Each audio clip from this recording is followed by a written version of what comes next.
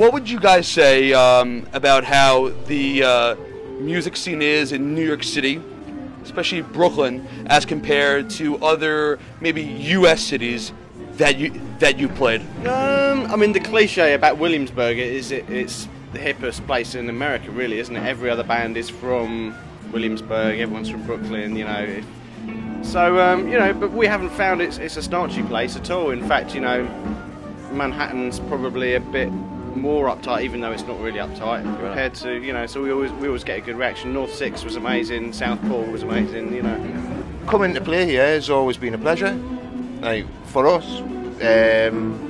whenever we've been in New York, people have come to shows and got down, which is what we want. Exactly. So, I don't know, it's a nice place. I enjoy coming here. How have you seen the band change, evolve, going from samples to live shows to guest people on each of the tracks? You guys have made huge strides. Have we made huge strides? I mean, I certainly think we're more of a band now, you know, because it started off with me, and when we kind of became, and we were a lot more punchy, we were a lot more of a team, we were a lot more of a unit, and whereas maybe in the beginning we were a bunch of people who didn't know each other, now it feels like we're a real band now. I think that's the main difference. But in other ways, it's lots of it stayed the same. You know, the way of songwriting and the influences are still the same, and the mission's still the same. You know. I mean, it started with Ian, so obviously it was just him made Thunder, Lightning Strike pretty much. Yes. Whereas Second Proof of Youth and now Rolling Blackouts, there's other people are getting involved. So it's just I don't know, branching out into using different people, like the people in the band, or getting somebody else to sing a song. Whereas I don't know if it's too much different, the style of putting the music together. It probably isn't, but it's just there's more to choose from, basically. Because I guess in terms of guest vocalists, if the Go team ring somebody up and says, do you want to sing on this song? It's not, you know, we are now known, so people will probably do it. Okay. Well, I don't know about probably do it, but there's more of a chance rather than like if you've not put a record out, no one knows you exist. How have you seen the instrumentation change on the latest release? I suppose it's expanded, really. I guess it's always been pretty eclectic and just grabbing whatever sounds are useful, but I guess over the years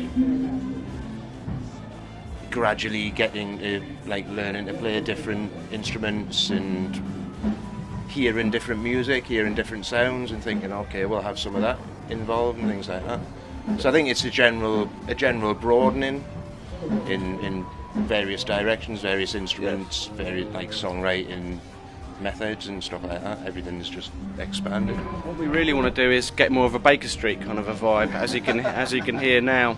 More of a Jerry Rafferty kind of vibe on that, you know. Yes. Just very like we're solving crimes in the middle of the night. Kind of post Cagney and Lacey.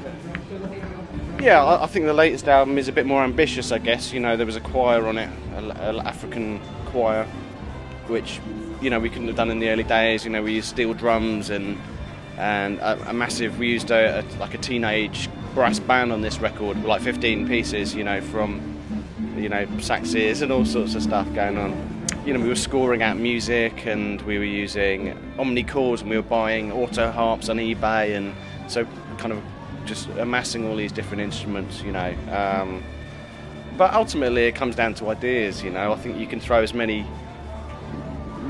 instruments at something as you want, but it's basically boils down to a little melody, whether it's good or not, really. That's kind of how I see it anyway. What would you say the people who are attending the show, people who are attending all shows from here on out should expect? A lot of noise and a lot of energy. It's all about belief, basically. Okay.